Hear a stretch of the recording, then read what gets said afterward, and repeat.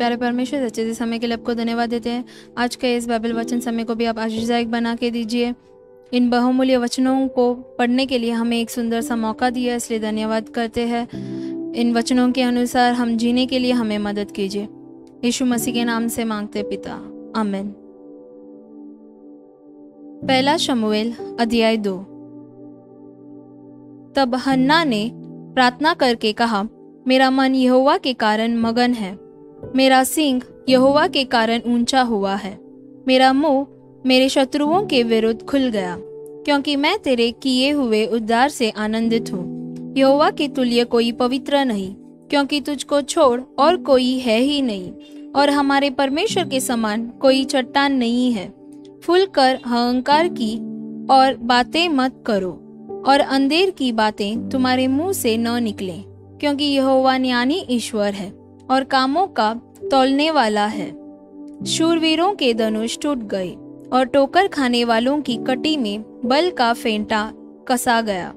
जो पेट भरते थे उन्हें रोटी के लिए मजदूरी करनी पड़ी, जो भूखे थे वे फिर ऐसे न रहे, वरन जो बांझ थी उसके साथ हुए, और अनेक बालकों की माता घुलती जाती है। यहोवा मारता है और जिलाता भी है, वही अधोलोक में उतारता और उससे निकालता भी है। यहोवा निर्धन करता है और धनी भी बनाता है, वही नीचा करता और ऊंचा भी करता है।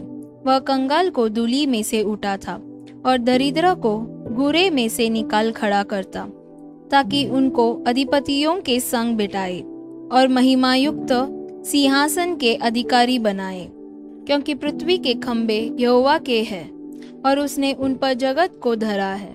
वह अपने भक्तों के पांवों को संभाले रहेगा, परंतु दुष्ट अंधियारे में चुपचाप पड़े रहेंगे, क्योंकि कोई मनुष्य अपने बल के कारण प्रबल न होगा। जो यहोवा से झगड़ते हैं वे चकनाचूर होंगे, वह उनके विरुद्ध आकाश में गरजेगा। यहोवा पृथ्वी की चोर तक न्याय करेगा और अपने राजा को बल देगा और अपने अभिषिक्त के सिंह को ऊंचा करेगा। तब एल्काना रामा को अपने घर चला गया, और वह बालक एली याजक के सामने यहोवा की सेवा टहल करने लगा। एली के पुत्र तो लुच्चे थे, उन्होंने यहोवा को न पहचाना। याजकों की रीति लोगों के साथ यह थी कि जब कोई मनुष्य मेल बलि चढ़ाता था, तब याजक का सेवक मांस पकाने के समय एक 3 नोक वाला कांटा हाथ में लिए हुए आकर उसे कढ़ाई या हंडी या हंडे या तसले के भीतर डालता था, और जितना मांस खाटे में लग जाता था उतना याजक आप ले लेता था। ऐसा ही वे शीलो में सारे इजरायलियों से किया करते थे जो वहां आते थे। और चर्बी जलाने से पहले भी याजक का सेवक आकर मेल बलि चढ़ाने वाले से कहता था, भूनने के लिए याजक को मांस दे, वह तुझसे पका हुआ नहीं कच्चा ही मांस लेगा। और जब कोई उससे कहता, निश्चय चर्बी अभी जलाई जाएगी, तब जितना तेरा जी चाहे उतना ले लेना, तब वह कहता था, नहीं अभी दे, नहीं तो मैं छीन लूंगा। इसलिए उन जवानों का पाप यहोवा की दृष्टि में बहुत भारी हुआ, क्योंकि वे मनुष्य यहोवा की भेंट का तिरस्कार करते थे। परंतु शमूएल जो बालक था, सनी का एपोद पहने हुए यहोवा के सामने सेवा टहल किया करता था, और उसकी माता प्रति वर्ष उसके लिए एक छोटा सा बागा बनाकर जब अपने पति के संग प्रति वर्ष की मेल बलि चढ़ाने आती थी, तब बागे को उसके पास लाया करती थी। एली ने एल्काना और उसकी पत्नी को आशीर्वाद देकर कहा, यहोवा इस बालक के बदले जो उसको अर्पण किया गया है, तुझको इस पत्नी से वंश दे।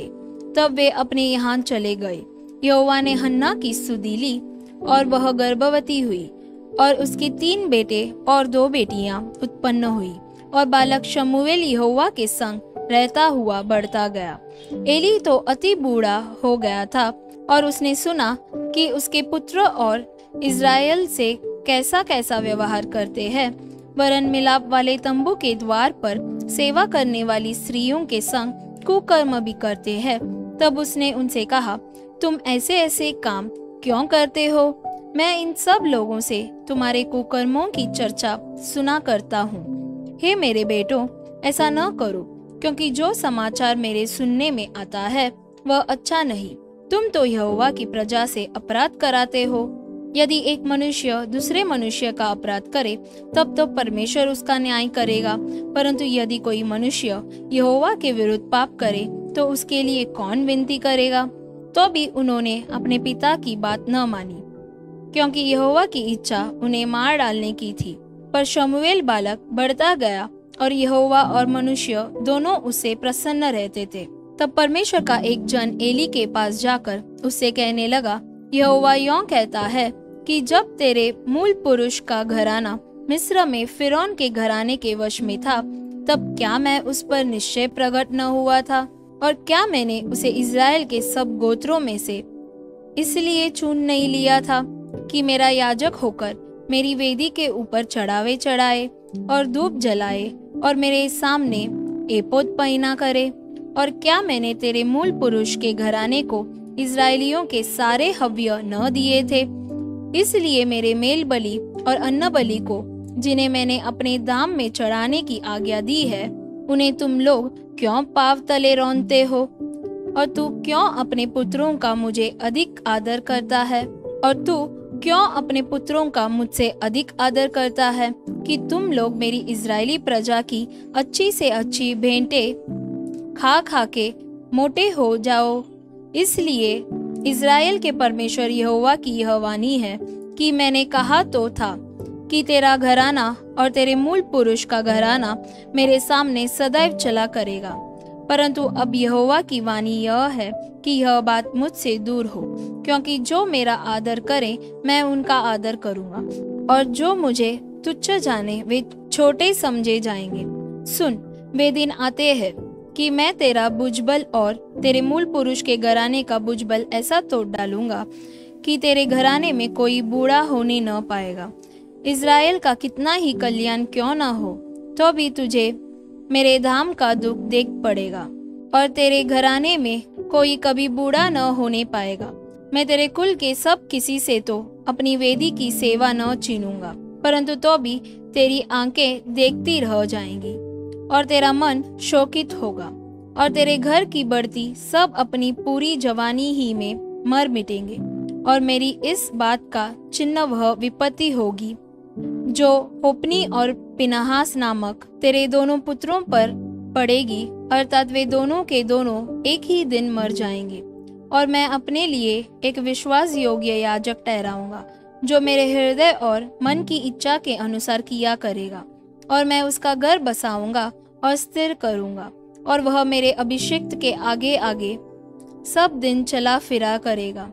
और ऐसा होगा कि जो कोई तेरे घराने में बचा रहेगा वह उसी के पास जाकर एक छोटे से टुकड़े चांदी के या एक रोटी के लिए दंडवत करके कहेगा, याजक के किसी काम में मुझे लगा, जिससे मुझे एक टुकड़ा रोटी मिले। आमीन। इफिसियों अध्याय 1। पौलुस की ओर से, जो परमेश्वर की इच्छा से यीशु मसीह का प्रेरित है, उन पवित्र और मसीह यीशु में विश्वासी लोगों के नाम जो इफिसुस में है, हमारे पिता परमेश्वर और प्रभु यीशु मसीह की ओर से तुम्हें अनुग्रह और शांति मिलती रहे। हमारे प्रभु यीशु मसीह के परमेश्वर और पिता का धन्यवाद हो कि उसने हमें मसीह में स्वर्गीय स्थानों में सब प्रकार की आत्मिक आशीष दी है, जैसा उसने हमें जगत की उत्पत्ति से पहले उसमें चुन लिया कि हम उसके निकट प्रेम में पवित्र और निर्दोष हो, और अपनी इच्छा के भले अभिप्राय के अनुसार हमें अपने लिए पहले से ठहराया कि यीशु मसीह के द्वारा हम उसके लेपालक पुत्र हो, कि उसके उस अनुग्रह की महिमा की स्तुति हो जिसे उसने हमें उस प्रिय में सेंत में दिया। हमको उसमें उसके लहू के द्वारा छुटकारा, अर्थात अपराधों की क्षमा, उसके उस अनुग्रह के धन के अनुसार मिला है, जिसे उसने सारे ज्ञान और समझ सहित हम पर बहुतायत से किया, क्योंकि उसने अपनी इच्छा का भेद उस भले अभिप्राय के अनुसार हमें बताया, जिसे उसने अपने आप में ठान लिया था कि समयों के पूरे होने का ऐसा प्रबंध हो कि जो कुछ स्वर्ग में है और जो कुछ पृथ्वी पर है, सब कुछ वह मसीह में एकत्र करे, उसी में जिसमें हम भी उसी की मनसा से, जो अपनी इच्छा के मत के अनुसार सब कुछ करता है। पहले से ठहराए जाकर मिरास बने कि हम जिन्होंने पहले से मसीह पर आशा रखी थी उसकी महिमा की स्तुति के कारण हो, और उसी में तुम पर भी, जब तुमने सत्य का वचन सुना जो तुम्हारे उद्धार का सुसमाचार है, और जिस पर तुमने विश्वास किया, प्रतिज्ञा किए हुए पवित्र आत्मा की छाप लगी। वह उसके मोल लिए हुओं के छुटकारे के लिए हमारी मिरास का बयाना है कि उसकी महिमा की स्तुति हो। इस कारण मैं भी उस विश्वास का समाचार सुनकर जो तुम लोगों में प्रभु यीशु पर है और सब पवित्र लोगों पर प्रकट है, तुम्हारे लिए धन्यवाद करना नहीं छोड़ता, और अपनी प्रार्थनाओं में तुम्हें स्मरण किया करता हूँ कि हमारे प्रभु यीशु मसीह का परमेश्वर जो महिमा का पिता है तुम्हें अपनी पहचान में ज्ञान और प्रकाश की आत्मा दे, और तुम्हारे मन की आंखें ज्योतिर्मय हो कि तुम जान लो कि उसकी बुलाहट की आशा क्या है, और पवित्र लोगों में उसकी मिरास की महिमा का धन कैसा है, और उसकी सामर्थ्य हम में जो विश्वास करते हैं कितनी महान है, उसकी शक्ति के प्रभाव के उस कार्य के अनुसार जो उसने मसीह में किया कि उसको मरे हुओं में से जिलाकर स्वर्गीय स्थानों में अपनी दाहिनी ओर सब प्रकार की प्रधानता और अधिकार और सामर्थ्य और प्रभुता के और हर एक नाम के ऊपर, जो न केवल इस लोक में पर आने वाले लोक में भी लिया जाएगा, बैठाया, और सब कुछ उसके पांवों तले कर दिया, और उसे सब वस्तुओं पर शिरोमणि ठहराकर कलीसिया को दे दिया। यह उसकी देह है और उसी की परिपूर्णता है जो सब में सब कुछ पूर्ण करता है। आमीन। इफिसियों अध्याय 2। उसने तुम्हें भी जिलाया जो अपने अपराधों और पापों के कारण मरे हुए थे, जिनमें तुम पहले इस संसार की रीति पर और आकाश के अधिकार के हाकिम अर्थात उस आत्मा के अनुसार चलते थे जो अब भी आज्ञा न मानने वालों में कार्य करता है। इनमें हम भी सब के सब पहले अपने शरीर की लालसाओं में दिन बिताते थे और शरीर और मन की इच्छाएं पूरी करते थे, और अन्य लोगों के समान स्वभाव ही से क्रोध की संतान थे। परंतु परमेश्वर ने जो दया का धनी है, अपने उस बड़े प्रेम के कारण जिससे उसने हमसे प्रेम किया, जब हम अपराधों के कारण मरे हुए थे तो हमें मसीह के साथ जिलाया। अनुग्रह ही से तुम्हारा उद्धार हुआ है, और मसीह यीशु में उसके साथ उठाया और स्वर्गीय स्थानों में उसके साथ बैठाया, कि वह अपनी उस कृपा से जो मसीह यीशु में हम पर है आने वाले समयों में अपने अनुग्रह का असीम धन दिखाए। क्योंकि विश्वास के द्वारा अनुग्रह ही से तुम्हारा उद्धार हुआ है, और यह तुम्हारी ओर से नहीं वरन परमेश्वर का दान है, और न कर्मों के कारण, ऐसा न हो कि कोई घमंड करे, क्योंकि हम उसके बनाए हुए हैं और मसीह यीशु में उन भले कामों के लिए सृजे गए जिन्हें परमेश्वर ने पहले से हमारे करने के लिए तैयार किया। इस कारण स्मरण करो कि तुम जो शारीरिक रीति से अन्य जाति हो और जो लोग शरीर में हाथ के किए हुए कतना वाले कहलाते हैं, वे तुमको कतना रहित कहते हैं। तुम लोग उस समय मसीह से अलग और इज़राइल की प्रजा के पद से अलग किए हुए और प्रतिज्ञा की वाचाओं के बागी न थे, और आशाहीन और जगत में ईश्वर रहित थे।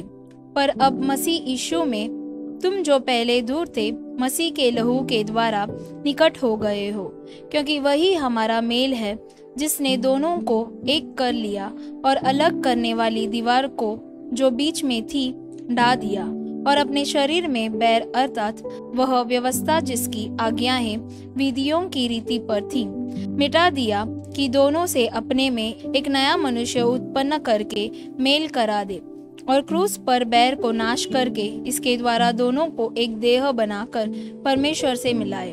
उसने आकर तुम्हें जो दूर थे और उन्हें जो निकट थे दोनों को मेल मिलाप का सुसमाचार सुनाया, क्योंकि उसी के द्वारा हम दोनों की एक आत्मा में पिता के पास पहुंच होती है।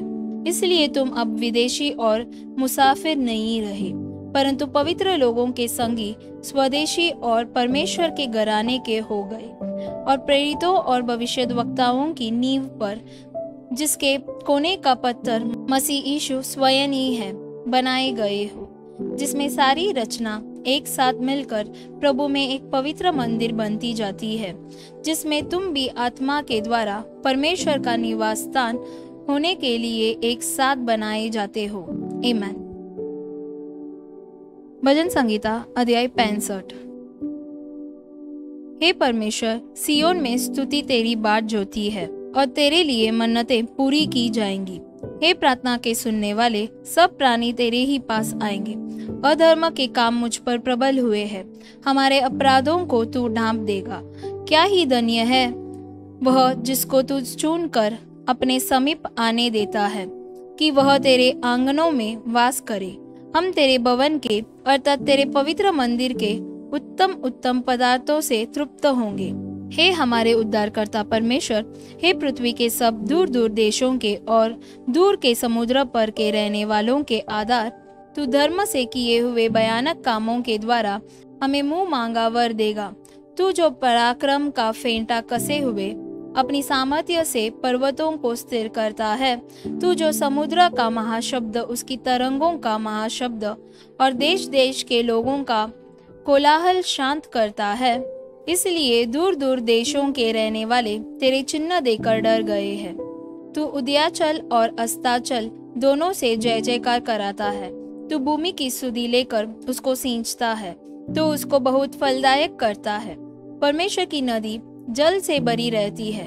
तू पृथ्वी को तैयार करके मनुष्यों के लिए अन्न को तैयार करता है। तू रेगारियों को बलि बांति सींचता है और उनके बीच की मिट्टी को बैठाता है। तू भूमि को मेह से नरम करता है और उसकी उपज पर आशीष देता है। अपनी भलाई से भरे हुए वर्ष पर तूने मानो मुकुट रख दिया है। तेरे मार्गों में उत्तम उत्तम पदार्थ पाए जाते हैं। जंगल की चराइयों में हरियाली फूट पड़ती है और पहाड़ियां हर्ष का फेंटा बांधे हुए है। चराइयां भेड़ बकरियों से भरी हुई है और तराइयां अन्न से डपी हुई है।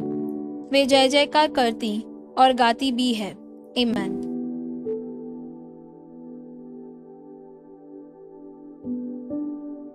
प्यारे परमेश्वर, इस अच्छे समय के लिए आपको धन्यवाद देते हैं।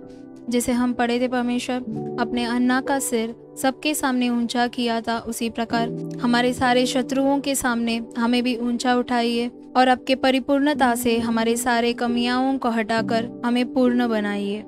यीशु मसीह के नाम से मांगते पिता, आमीन। God bless you.